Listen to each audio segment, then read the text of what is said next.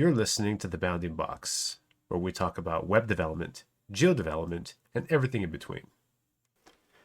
All right, welcome to The Bounding Box. Okay, I got an exciting guest here. You guys are going to love it. I want to introduce Harry Pamu. Harry, please tell us about yourself. Tell us what you do. What's your problem? Hey all, I am Harry. I'm a software engineer at Esri. I work in the our R&D division, like focusing on AI and ML in geospatial web applications. Um, I specifically work on code generation. And okay, so what's my problem? I guess outside of work, like I have a lot of hobbies. So I think turning every hobby into an obsession is one of my problems, I guess. So yeah. That's awesome. Yeah, we'll get to all your hobbies and obsessions soon, man. Yeah, for sure. But yeah, you were heavily involved in a lot of the AI work that went into the components, things like the arcade generation stuff that went into the arcade chatbot. I mean, you kind of put all that stuff that powers that together, right? So how'd that start? I mean, how did you like just come? Because before all the AI stuff, I mean, Esri didn't have like an AI group or anything like that, right? Like years ago, we didn't have that. I mean, how did you just like jump Right. right into it and say, I'm going to do it? I got it. Well, so I went to school for CS. And then, like my specialization was natural language processing in web application. So my whole research project was around that. And, it's basically like ML and web applications is what I was, fiddling with in my grad school. And once I graduated from school, straight up joined Esri. And after that, like mostly worked on front end stuff and a bunch of like data engineering, data pipelines, a lot of Pythonic applications. Uh, and like when I was writing Python, I naturally used a lot of fun, like made a lot of fun experiments, with ML flow and like building some small regression models that we could like play around with so that I can make some very cool scripting demos as part of our ArcGIS Insights back in the day. And so I was working on the scripting environment there. So kind of like as I was very passionate about ML, it kind of naturally like grew into this. And when generative AI kicked in and we started exploring that route, and I was like, well, this is a fantastic opportunity for me, and it just to get in there. And I'm so glad, Jeremy trusted me and gave me this awesome opportunity to work on it. And yeah, the rest is, I guess, history. And I'm still working on it and making things work and like making them better continuously. So yeah, so That's awesome. that was the whole thing. Yeah.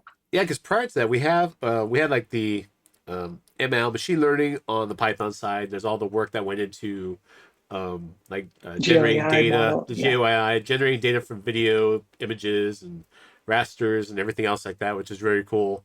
Then all the generative AI stuff came into play, and like I mean, like definitely like when I saw the arcade stuff that you did, the arcade editor generating functions, this stuff for people, that capability and stuff, that was really cool because that's like one of the first things people do when I talk to people at the conferences.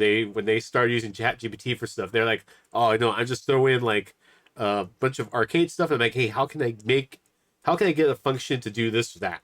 And it was very kind of hit or miss.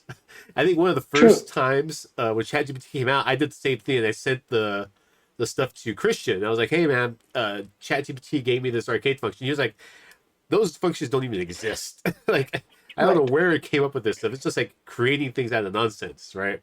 So Right. just having those tools in place is great. Agreed, agreed. Yeah. So we just want to like, make it as easy as possible for our customers to, not rely on external AIs rather than as it's integrated into our applications, they can just and everything's there Yeah. in like right in front of you, right? Your layers, your web maps, whatever you have, and you just want to utilize them in order to manipulate your data and write Arcade to do some fancy stuff like create pop-ups and all those things. Yeah. You don't have to copy all the layer metadata, find that, put it into a Claude or like a ChatGPT external interface, generate the answer, take that, and then put it back in. That's like too much friction. Yeah, that's a lot. This kind of like reduces that. And I mean, we don't actually say that uh, it's 100% accurate all the time because we are dealing with a large language model, which is completely probabilistic and Yeah. non-deterministic. So, like we are saying, we will get you 80% there, Yeah. like whatever task you have. And from there, we still let the user have the control. So, it's good. It's a good learning and productivity tool for sure. And it's always interesting because like the answers you get, they'll always be, I mean, they'll be correct-ish, right? Or correct, but they'll never True. be the same. Which so you always have to take the Yes. answer you get and go, okay, I get what you're saying. I got it. All right, that looks good. The numbers look good. Whatever you're giving me, fantastic. But you told me a completely different way than you told me yesterday. But it's okay. We're Yes. good. True. And True. it makes testing difficult as well. Like when you're testing these things, you never want to test the output. No, you what does it call it? Inference testing or intention testing of the output. Basically, that it kind of means the same thing. I heard it mentioned not too long ago. Someone mentioned it to me that you don't want to test the exact output. You want to test its like the sentiment or whatever the output type of thing. Right. I'm unable to come up with the word as well. But in general, like for a code, when you want to test it, there are two ways, right? Like one thing is you are for sure uh, you actually know that, let's say you're asking a question on creating a buffer or with some intersections and etc. You are you do know that the code has to utilize a buffer function or a buffer geodetic and intersection or intersects functions, right? So you would kind of check whether the answer contains these functions. So that is one way to do it.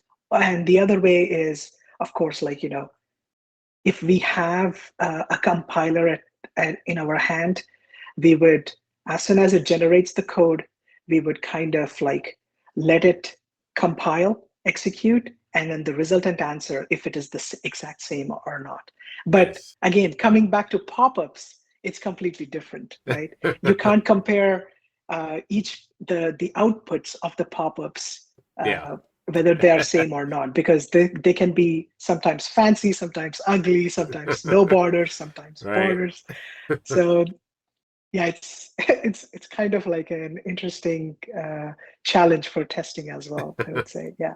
I wasn't seeing all the arcade assistant stuff come out at a dev summit when it went up in the plenary and all that, all the real cool stuff. I mean, were you really excited for that?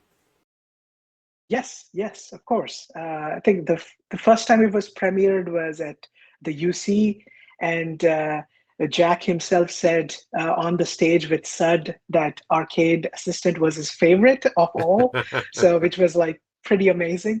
And we do see quite a bit of usage on the Arcade Assistant. Like we monthly, roughly around 10,000 to 12,000 questions are being asked Oh wow. and over different profiles. Now we have enabled it in um, multiple different applications slash profiles. So uh, just to see like, how they are using it and where the model is struggling to evaluate the model responses and whether it is being useful. We are collecting the feedback, classifying them, and all that fun stuff. So it's definitely exciting as we move forward and enabling it in um, different applications. Nice. That's very cool. Yeah, it's always nice to see your work up on the main stage at the different events and stuff Agreed, like that, agreed. right? I mean, that's always really It's exciting. definitely nerve wracking though. It's It so is. nerve wracking. It is because AI even live demos. can go Even either when way. all the times everybody practices leading up to those demos and the big things, you get all the questions come rolling in. Is it supposed to do this? Should it do that? Is there something I should know? Type of questions, right? Yeah, yeah, It can be always be pretty nerve wracking. And then you're always wondering, is it going to work? It's a big question when you're up yes. there. Like, yes, You finally it know, does. You're like, you're glad. I mean, so like that is a good point, right? You don't know whether it will work correctly or not. And now there is even more uncertainty with the LLMs. If you're relying on AI models for them to generate uh, everything perfectly, 100% accurate result on stage, anything can happen. Right? Before, if we are writing any feature, like it's all programmatic, right? Mostly it's programmatic. You run the models, you know that everything is deterministic in the entire loop that we have created. So as long as there are no bugs, it will work. But here, Nice. it's even though it was working like 99% of all the time, 1% chance it might fail on the plenary stage, and that would be a disappointment. That's So cool. it's yeah. All right. So here I gotta ask. I hear you got some interesting hobbies. That's what I was told. I talked to Jeremy about you. I was asking about what you Jeremy. He was like, "Hey, let's just ask Harry about his hobbies. Ask him what he does." So let's talk about that, Harry. What kind of hobbies you got going? Well, I have been a photographer for a decade, over a decade now. Like I've been shooting for almost 12 years, and I cook quite a lot. Cooking is one of my biggest Oh passions, wow, and I do volunteering, and I love to ride motorbikes. So those are my really? hobbies. Oh man, wait, Yes, wait. You've been doing photography for like 12 years. yes, I over mean, 12 years. you look like you just got out of high school, Harry. Seriously, make me feel bad. Oh, I'm flattered. Thank you. Oh, that's Well, yeah, awesome, it's man. yeah, I do a lot of street photography. I've had a bunch of my work showcased. Like in 2023 was one of my biggest exhibitions at LA Art Show in at Oh Los Angeles wow, Convention Center, and yeah, I was able to even sell my piece too, so which was awesome. that is very So yeah, cool, man, yeah. Harry. That is cool, man. Do you I mean, what type of like you say street photography, man? Like what kind of photography? I don't know very much about photography at all, other than when I've seen a couple documentaries here and there. But yeah, what kind of photography is it? Right? Like, is it So uh, yeah? yeah, I mostly do black and white. I used to shoot a lot of candid shots, like candid street scenes. But later on, like as I got a little better throughout the photography career, I would say. I started shooting more high contrast photos, like mostly black and white silhouettes, a lot of chaos or calm. So those are the things which kind of like attract me, and they.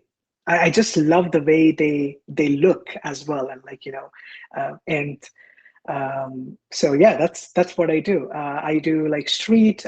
Some of it is also documentary photography.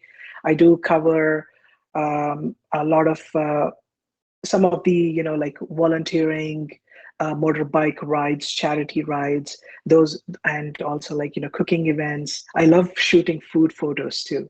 So Really? whenever I make my own food, I try to um, make it look pretty, and then take my shot and post it on my social media, and yeah, it's fun. It's fun. That is very cool. I imagine you must take a lot of photos when you're out riding your bike, right? I do. Do you ride a Harley, Harry? No, I don't. No. I, Okay. No, that's cool. It's cool. No, I think I'm like I the ride only. a. Oh, go ahead. No, I was gonna say I'm like the only guy in my family that doesn't have a Harley. All my brothers have Harleys, I uh, see. cousins and stuff. But yeah, I'm like the only one that doesn't ride a bike. I ride a BMW R9T. Oh, It's okay. just like a uh, what do you call it? It's a cafe rider, All right. cafe racer. This is what they call it, I guess. Yeah. Harleys are like very hard to, like drive, in my personal opinion. And the bike I have is very much comfortable for like longer rides and street commutes. So it's much more easy on your back, and you don't get really tired. You do a lot of road trips? I did a couple up to Sequoia National Park Okay. and back. So yeah, it Oh, that's was pretty fun. It good. was fun. Yeah. Nice. That's awesome, Harry. Yeah. How do you? What kind of food do you cook? Do you cook anything in particular, or just whatever you're interested in at the moment? Well, my expertise is in French cooking, Okay. and I got trained in classical French cooking, and I do cook quite a lot of Indian food and Italian food. Indian because, like, I am Indian, uh, and uh, um, and a lot of Italian food. That's one of my Did favorite you're cuisines. trained in did you work at a restaurant or did you go to culinary school or what? I did not go to culinary school, but I have taken a lot of master classes online. Okay. And then I did stage at a one-star Michelin Really? French restaurant.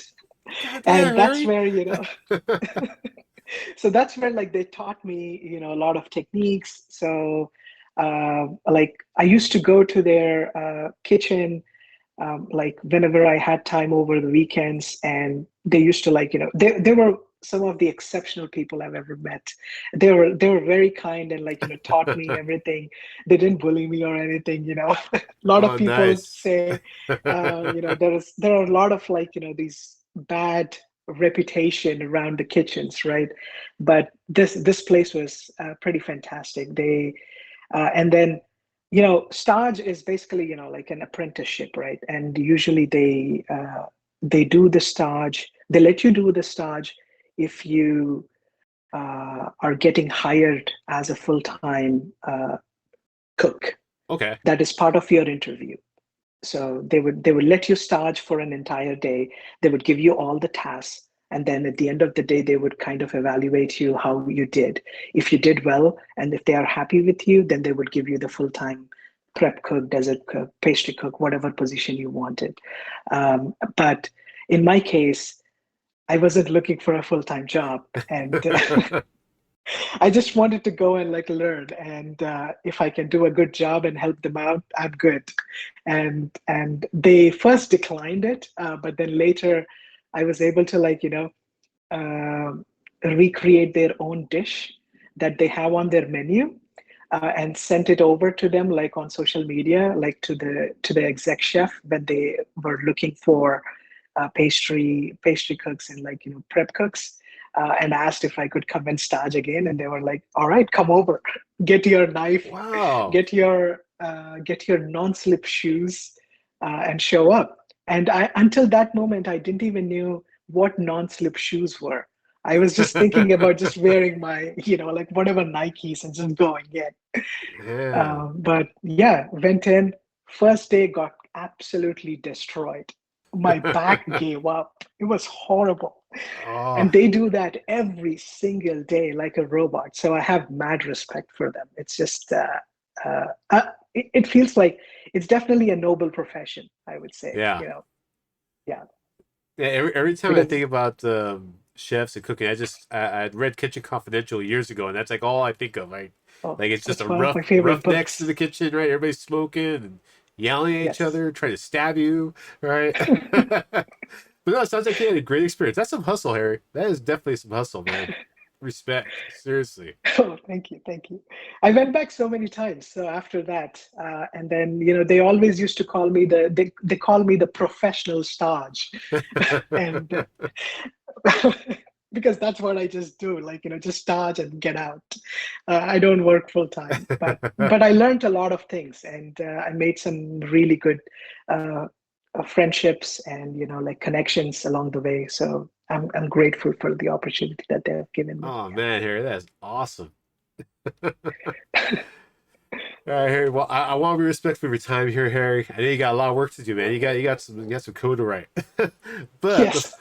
but before I let you go, you got any tips, tricks, words of advice for listeners out there? Anything to leave them with? Um, well, I guess as my grandma always says, be kind and do good. And my personal advice to everyone who is currently in tech or who are trying to get into tech is, just keep using AI tools. Use them as a productivity boost, like as a learning tool uh, to get your job done, but do not over rely on it. Of course, Yeah. don't want you to, get dumber, I would say, Yeah, because exactly. over reliance on technology is not very good. You still have to keep your gray cells active all the time and, utilize it to automate the boring stuff, is what I would say. Fantastic advice, Harry. Definitely something I think a lot of people in tech need to hear today, for sure. All right, Harry. Awesome. Thank you very much for your time. I'll see you next time. So, thank you so much, Renee. Thank you for listening to the Boundary Box today. Please subscribe for more content.